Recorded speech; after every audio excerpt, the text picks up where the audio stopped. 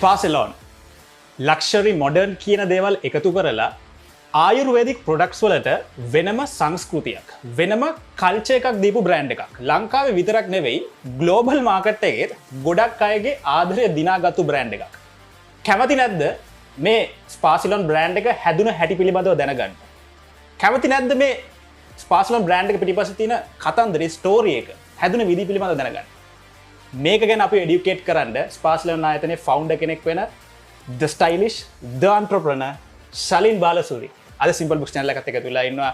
කුඩා ව්‍යාපාරයක් කරන කෙනෙක් විදියට ඔයාගේ ව්‍යාපාරය ඩෙවලොප් කරන්න, බ්‍රෑන්ඩ් එකක් බිල්ඩ් කරන්න අදහස් ගොඩක්, අත්දැකීම් ගොඩක්, වැරදිච්ච තැන්, හරි ගිය තැන් මේ හැම දෙයක්ම මේ